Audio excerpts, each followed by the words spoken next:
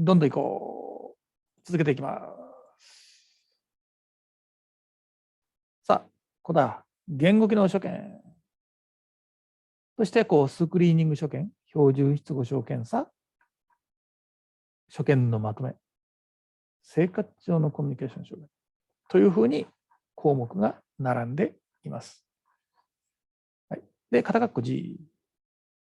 はい。言語以外の障害、例えば他の認知機能や演技などが問題の中心になる症例では、この部分を認知機能所見とか演劇の所見、接触演劇の所見とかなどと適宜変更します。その際もスクリーニング所見、検査や評価バッテリーの所見のまとめ、生活の障害、この順に記載していくといいです。はい。もう一回言おう。スクリーニング所見、検査所見、所見のまとめ、そして生活上の障害。順番に見ていこう。スクリーニング所見、表出面。発症3ヶ月時点では、そう、この3ヶ月目から関わってるからね。発症3ヶ月時点では、発話流暢で、高に歪みや努力性は認められず、プロストディは良好であった。むしろやや多弁な印象であった。18話で音韻政策も語政策が認められた。看護困難が顕著で、本人も強く自覚していた。分かってるけど何を言うとるかが出てこん。文レベルの発話可能で、質文法は見られなかった。理解面はどうだろう。発話内容を理解するまでに数回繰り返し必要とする場合があり、低頻度語や短文レベルで理解が不可欠なことがあったと。はい、まず、ここまでがスクリーニングの所見です。はい。これ、失語症の患者さんなんだね。患者さんと少し自由会話をしたり、からちょっと診察という形で、故障とか副症とかいったものも、やったんだろうな、テスト前に。で、それらのスクリーニング所見をまずここにこんなふうにまとめるわけだ。その上でテスト所見を書いていきます。こういう時にスクリーニングとか最初の所見がなしで、いきなりテスト所見を書いてはいけない。さあ、標準失語症検査、片括弧 H。ね。各検査で、各施設で必要とされている標準的な評価バッテリーの結果を記載する。結果の全体はできるだけプロフィールや図や表で示し、文章として提示するのは重要な所見のみとする。複数のテストバッテリー評価を行った場合には、必要に応じて3、4と項目を追加していきます。ここでは標準失語症検査で失語の評価をしたんだね。1番聞く。そうか。で、プロフィールはもう図2として出してあります。1番聞く。単語の理解をほぼ保たれていた。短文理解では女の子が男の子に殴られている。で、図版。女の子が男の子を殴っているを選択するなど、構文内の語彙、助詞や詞役文など、統合レベルでの理解の低下が考えられた。口頭命令では軽度であるが、語彙理解の低下も認められた。はい、話すの項目。はい、繰り返し言いましょう。図2のプロフィールで個別の項目の結果を出しています。単語や文レベルでは名詞動詞に補足が見られる。豊富な音韻政策が出現した。音韻政策語に比べて頻度は低いが、語政策語も観察された。副章では単語文レベルともに豊富な音韻政策と語政策語が出現し、目標ごとの関連が推測不可能なこともあった。接近現象は目立たなかった。もう心臓語と言ってもいいようなもんなのかな、この記載を見るとね。動作説明では同時に全課題の補足が見られた。自己修正は見られなかった。語列挙は一単語のみ想起できた。その後は促してもわからないという反応であった。はい。こんな感じで。もう一回言おう。SLT、標準失語症センサの各項目の具体的なスコアや点数、そういったものは図2で示してあるので、ここでは書いてないよね。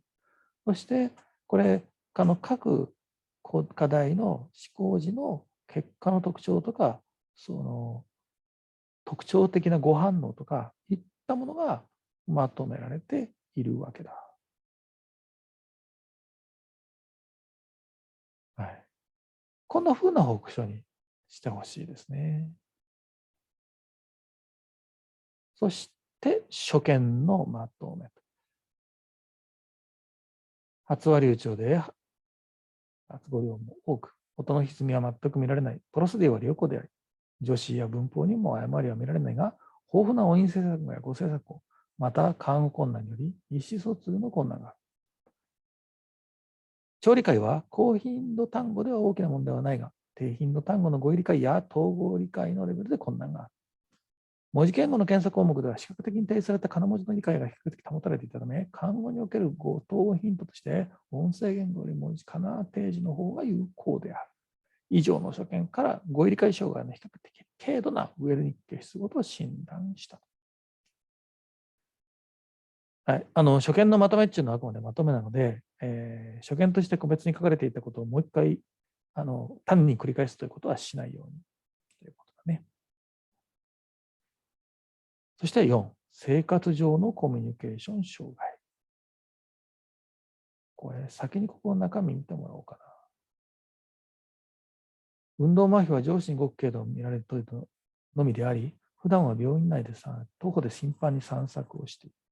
家族や顔見知りの看護師や他の患者、病院関係者と音声のみで簡単な会話をする様子が見られる。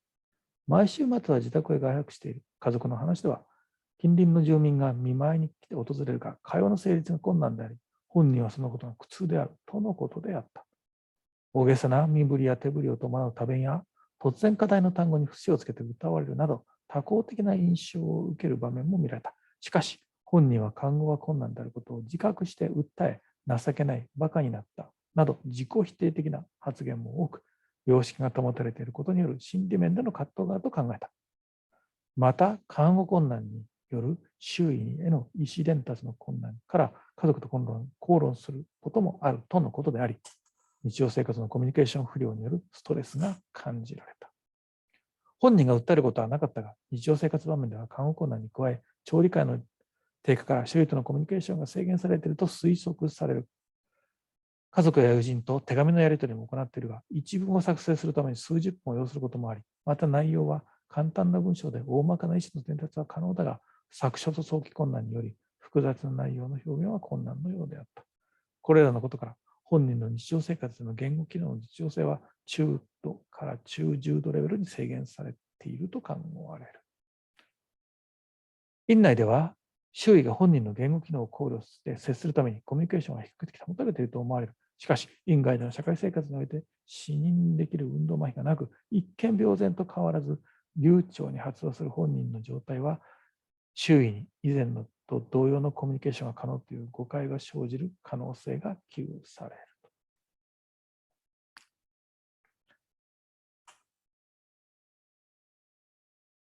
見事なもんだね。これ、僕、この症例報告書をサンプルにしてみんなに配るのは、ここが充実してるからというのは大きな理由の一つです。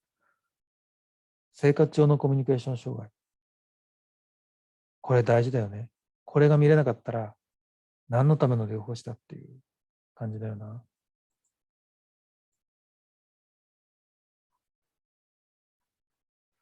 はい。スクリーニングしてね、失語症に関して大まかにつかむのよ。標準失語症検査で、こうやって細かく患者さんを見ていくんだな。そしてそれらの所見からまとめをやる。まとめを書く。そしてこういうウェルニッキ思想、そしてその特徴について把握する。でもね、それだけじゃ足りないんだよ。その上でね、暮らしの中のコミュニケーションの障害がどんなものかというのをまとめていくわけだ。肩が怖い。生活上の障害の記載は、病棟生活場面の観察や家族からの情報を直接的、間接的に収集する必要がある。3週間の評価実習では十分な記載は難しい場合もあります。したがって実習の状況に応じてできる範囲で記載をすることになります。だけどね、これがなかったらリハビリテーションって言えないよね。生活上のコミュニケーション障害にアプローチできなかったらリハビリテーションとは言えないよね。次のファイル行きましょう。